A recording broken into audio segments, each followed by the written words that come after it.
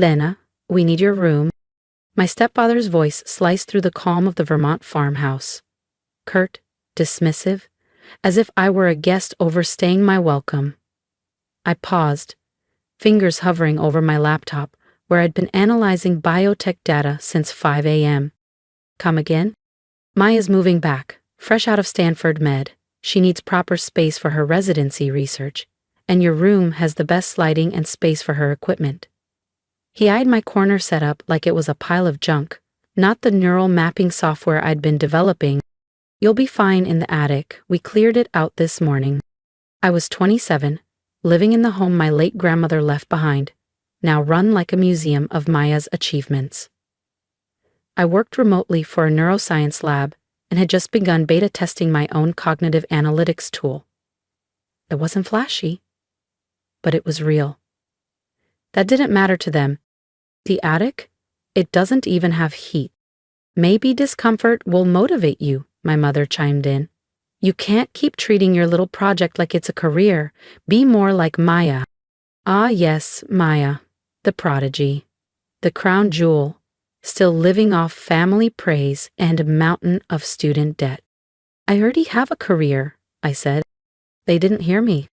You're just tinkering, my mother said. Maya needs the space for something real. I looked at the whiteboards lining my room. Years of equations, simulations, prototypes. They saw scribbles. I saw the future. All right, I said calmly, closing my laptop. I'll leave. Not because I was broken, but because I was building something too big for that house. 3 years of quiet dismissal. 3 years of watching them raise glasses to Maya's every move, while treating my work like a hobby. You've got until noon, my stepfather said flatly. Her lab equipment arrives tomorrow. Noon, that was almost poetic. Because at exactly 12:00 p.m. tomorrow, Lena Carlisle's biotech startup NeuroFathom would go live. That evening, as I packed my gear into moving boxes, my phone lit up. Encrypted message from Eli, my CTO. All systems green. NeuroFathom launch locked for noon. Perfect. I smirked, imagining the storm about to hit the neuroscience sector in less than 24 hours. For 3 unglamorous, exhausting years, I had been perfecting a machine learning platform that mapped neural degeneration patterns before symptoms even appeared. What they saw as tinkering was actually a revolution in early diagnostics. The research assistant role, I claimed, was a convenient front.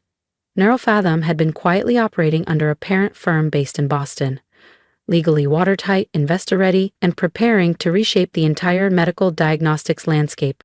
While they bragged about Maya's clinical rotations, I built an engine capable of saving thousands of lives, many through partnerships they never even knew I negotiated. Buzz. New message from Eli.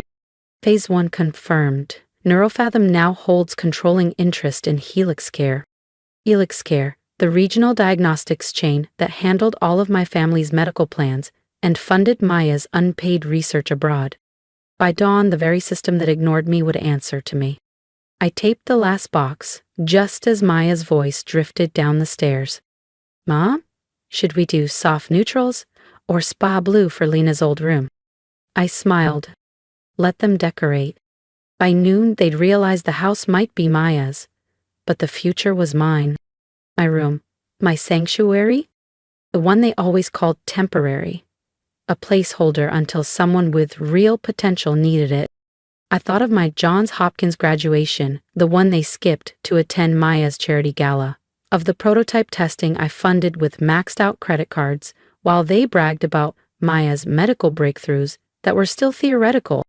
Lena, my mother called out sharply, don't forget to leave your key. You won't be coming back. I placed it on the desk. No words, no need. They were right. I wasn't coming back. As I loaded the last box into my car, I overheard laughter from the kitchen. Accent walls. Custom shelving. This room deserves someone building something important, not just tinkering in isolation. I sat in my driver's seat, opened my laptop, and typed one line. Initiate, Beatrice, Proton. Authorization, NeuroFathom Core.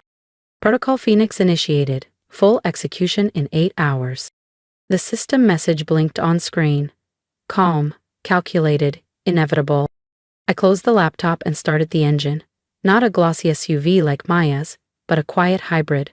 Simple, strategic. Every detail part of the persona I'd crafted for years. Because tomorrow, they wouldn't just see success. They'd feel powerless in its shadow. I drove through snow-lined backroads toward Burlington, Vermont, where my real home waited. A private penthouse overlooking Lake Champlain, the entire top floor of the Rivermere residences. The valet nodded, the concierge greeted me by name, and the elevator rose without a stop. Up here, I wasn't the directionless one. I was Dr. Lena Carlisle, founder of NeuroFathom Labs. I stepped into my office, screens lit with global neuroanalytics.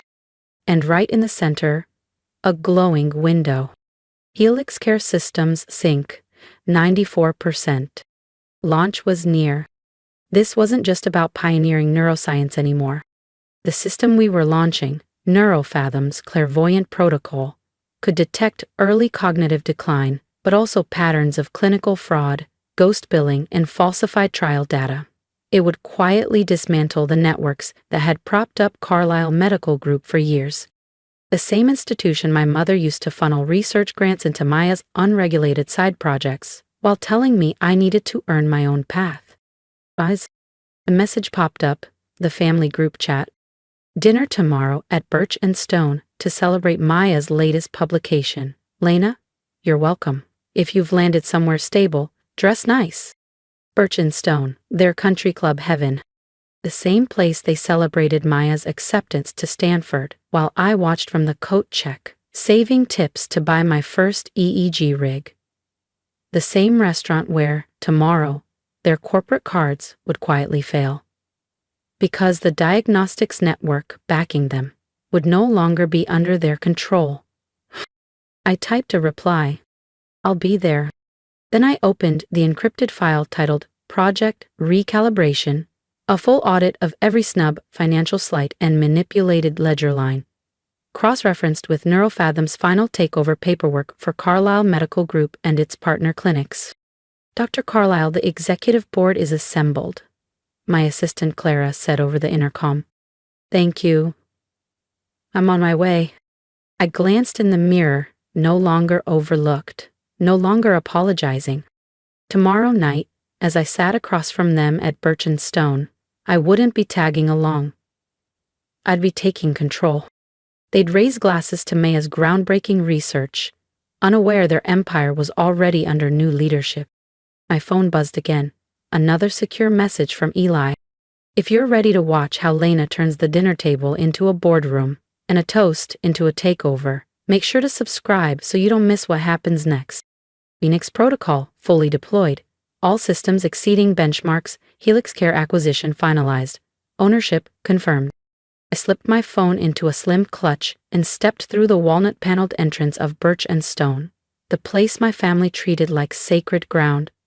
The maitre d', Julin, looked up instantly, not at the Lena they once dismissed, but at Dr. Carlisle, primary stakeholder of the very property beneath their feet.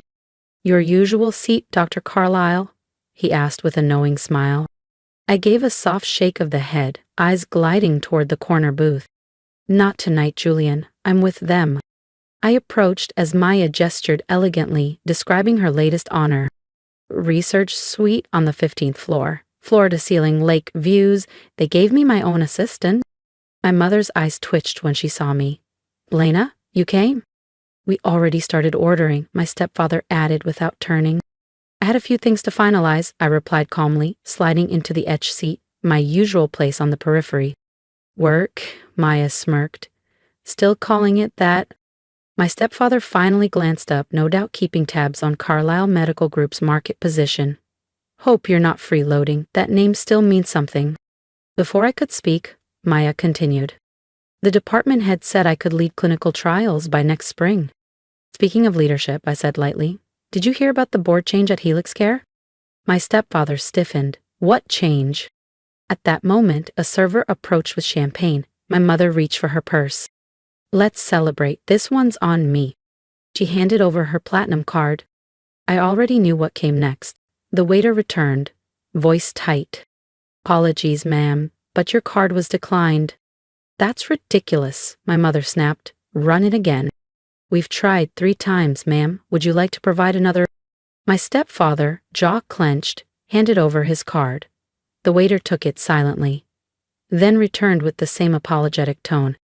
I'm sorry, sir, this one has also been declined. Maya sighed, clearly annoyed, and produced her Helix Care corporate card. Ugh, fine. I'll handle it. If you're still watching, you're about to witness what power truly looks like. So hit subscribe and stay with me for the moment they realize the daughter they sidelined now controls the system they once ruled. That won't work either, I said softly, setting my glass down. All 3 turned to stare at me. What do you mean? My stepfather asked slowly, already catching the tone shift. I met his gaze evenly. About Helix Care? There's been a change in leadership. As of midnight, all account activity falls under new oversight. My mother's complexion went pale. Lena, what are you talking about? Protocol Phoenix, I said calmly, leaning back. I watched the recognition bloom in my stepfather's eyes. A man who lived in backdoor deals and whispers. He knew the name. He'd heard about the AI system disrupting diagnostics and exposing fraud. That's not possible, he murmured. Neurofathom, I confirmed. The same firm that just acquired Helix Care. Maya blinked. What does that have to do with our cards? System protocol, I said. Irregular transactions, unregistered trusts, falsified clinical stipends. All accounts are temporarily frozen pending audit. My stepfather's voice dropped. How do you know this? I smiled slightly. Because I designed the system. I smiled. Because I built it, I am Neurofathom. Silence dropped over the table like a shroud. Even Maya's usual stream of self-praise stopped mid-sentence. That's ridiculous, she scoffed eventually. You work for some freelance lab out of Boston. A convenient cover, I replied coolly. Neurofathom operates through layered entities and quiet acquisitions. That lab is just one node in a network spanning diagnostics, AI, and clinical infrastructure. We now employ over 3,200 people across 14 countries, and as of this morning, we control every system backing your medical insurance, your grants, your payroll, and your research portfolio. My mother's fingers clenched her linen napkin. But you're just what? I cut in. Just the daughter you sent to the attic? The one whose graduation you missed? The one who wasn't Maya? I pulled a sleek, matte trip card from my clutch and handed it to the waiter. A discreet Neurofathom core emblem glinted in the corner. The champagne's on me. Actually, every meal this table's had here for the past 4 years, also on me. I bought Birchenstone in 2021. The waiter dipped his head. Of course. Dr. Carlyle. Carlyle, my stepfather echoed, stunned. You're that Lena Carlyle? I nodded slowly. The same Lena Carlyle whose algorithm you tried to patent under Helix Care last spring. You probably didn't notice, too busy spotlighting Maya's residency awards to read the board memos. Maya's face drained of color. And yes, your hospital's AI diagnostics upgrade, powered by Neurofathom, you'll be using my tech if compliance doesn't freeze your program first. If you're still watching, you've seen the beginning of their unraveling. Subscribe now. Because next, they learn what it means when the girl they ignored becomes the architect of their reckoning. I turned to Maya, voice steady. Protocol Phoenix flagged discrepancies in your trial reporting, by the way, so if I were you, I'd rethink that director promotion. My mother leaned forward, hands trembling. Lena, sweetheart, can we talk about this? We're still family.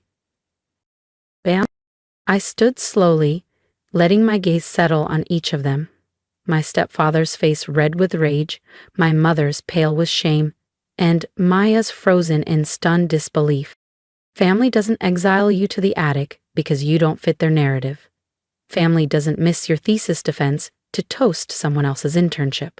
Family doesn't call your career a phase while funding lies. I picked up my handbag. Deep, forest green, alligator leather. Understated but unmistakably high tier. It cost more than the Audi my stepfather loved to brag about. Your accounts will remain frozen until the internal audit is complete, I said evenly. And based on what Protocol Phoenix has flagged so far, I'd expect a call from the Office of Inspector General, possibly before Friday. You can't do this, my stepfather growled. I met his eyes, steady. I already did. Then I paused. And Maya, I tilted my head slightly, voice smooth. If you're looking for a quieter place to do your research, I hear the attic gets excellent sunlight this time of year. I walked out without looking back. Behind me, muffled sobs, whispered disbelief, and the sound of an ego unraveling. In my hand, a buzz from Eli. Protocol Phoenix, historic traction. Neurofathom stock up 320% since market open. I smiled to myself. That freezing attic they shoved me into? It's where I wrote the first line of code for Neurofathom. Where I began building the system that now held their empire in its neural net. Over the next month, the house of cards collapsed. Investigators uncovered ghost grants and clinical falsifications across Carlisle Medical Group. Maya's position was quietly eliminated during Helix Care's ethics restructuring. My mother's social life vanished with the champagne budget. And me? I kept building. Not for them, never again for them, but for impact, for those like me. These days, when someone asks how it started, I tell them, sometimes the best thing they can do is push you out. And sometimes, the most poetic revenge is a declined platinum card at their favorite table in Birch and Stone. If you've stayed with me this far, thank you. For listening, for seeing what they never could. I wasn't the perfect daughter, not the golden one, but I built something from nothing. Now I want to hear from you. Have you ever been overlooked, silenced, replaced in your own story? Drop a comment, share your story. Because this journey, this rise, it's not just mine, it's ours. And if you believe in quiet power, in proving them wrong without a single raised voice, tap that subscribe button. Because sometimes the best thing they can do is doubt you, and the best thing you can do is rise anyway.